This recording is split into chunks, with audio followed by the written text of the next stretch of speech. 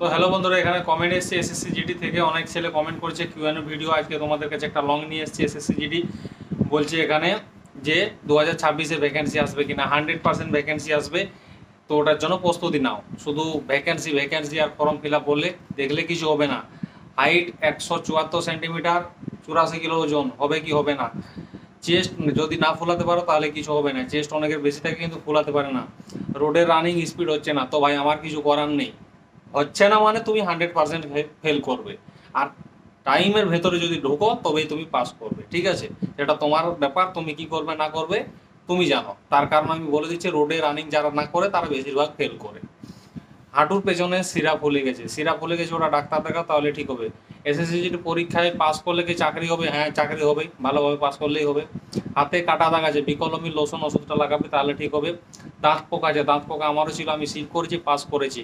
Seal না করলে কিন্তু পাস করতাম না। Bankura 110, running 29 minute. রানিংয়ের সময়টা কম না লাগলে তুমি পাস করতে পারবে না।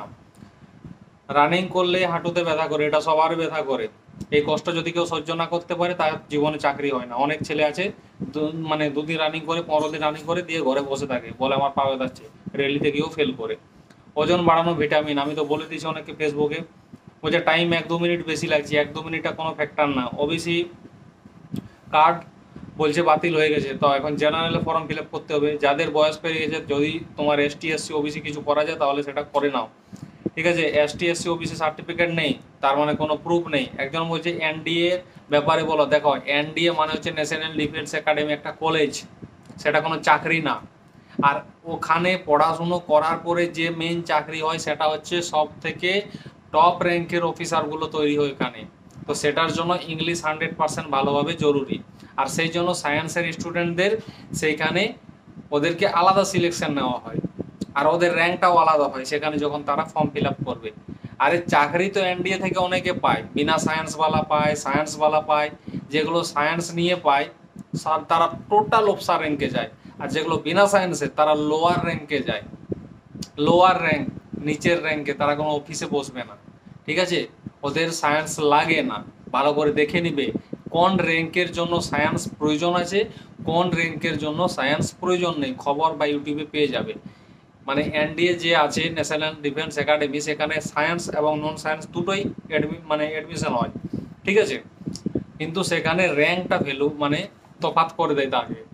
তোমার সায়েন্স আছে, তুমি ভাবছো আমি এনডিএতে ঢুকে গেলাম, ঠিক আছে, তুমি সেই র্যাঙ্কের জন্য ফর্ম ফিল আপ করতে পারবে যখন কমপ্লিট করবে। কারো সায়েন্স নেই অথচ ঢুকে গেল, সে বললো আমার তো সায়েন্স নেই, তাহলে আমার তো হয়ে গেছে, আমি তো হয়ে যাব।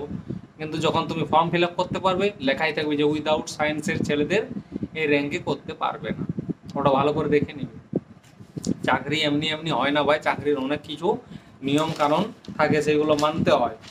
একদম হচ্ছে ইউআর ডিস্ট্রিক্ট ওবিসি 119 নাম্বার। দেখো ভাই 100% হয়ে যাবে।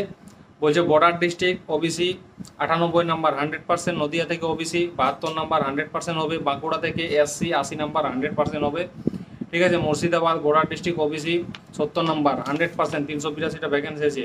বাঁকুড়া ওবিসি এনসিসি আছে 112 নাম্বার, 100% তোমার চাকরি হবে, তোমাকে লেগে থাকতে হবে ভাই, ঠিক আছে। মুর্শিদাবাদ থেকে ইউআর 79 নাম্বার, 695টা ভ্যাকেন্সি আছে, ঠিক আছে। বর্ডার ডিস্ট্রিক্ট ওবিসি 102 নাম্বার আছে, 100% হবে। মুর্শিদাবাদ থেকে 98 নাম্বার, 100% চান্স আছে ভাই, চিন্তা করার কোনো কারণ নেই। বলছে দাদা আরপিএফ নিয়ে কিছু কথা বলো। দেখো আরপিএফ রেলওয়ে পুলিশ, এটার জন্য ফর্ম বেরোয়, ঠিক আছে। আমি সহজ কথায় বললাম, পুরো নাম তোমরা দেখলেই বুঝতে পারবে কি কি লাগে কি কি লাগে না। সেখানে যখন আরপিএফ লিখে সার্চ করবে গুগলে সব ডিটেলস বেরিয়ে যাবে। উত্তর দিনাজপুর এসসি 93 নাম্বার, 100% চান্স আছে। চোখের পাওয়ার কম আছে তাই চশমা ব্যবহার করি, চশমা আমিও ব্যবহার করতাম।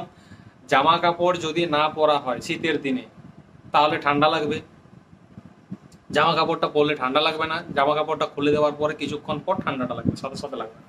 ঠিক চশমা ব্যবহার এই জন্যই করা হয় যাতে মানে চোখে লাইট না লাগে, ধুলোবালি না লাগে। আর যদি এগুলো লাগে তাহলে কিন্তু চোখের সমস্যা হয়। চশমাটা এগুলো অনেক কিছু আটকে দেয়, ঠিক আছে। তাই চশমা ব্যবহার করলে ক্ষতি হয় না, বরং লাভ হয়। 5 কিলোমিটার রানিং করার পর কি খাবো? ছোলা খাবে, ভেজা ছোলা এবং গুড় মিক্স করে খাবে। বলছে একাশিরা প্রবলেম আছে, একটা ডাক্তার দেখাও তাহলে সমস্যার সমাধান হবে। মেদিনীপুর 105 নাম্বার, 100% হয়ে যাবে ভাই, ঠিক আছে।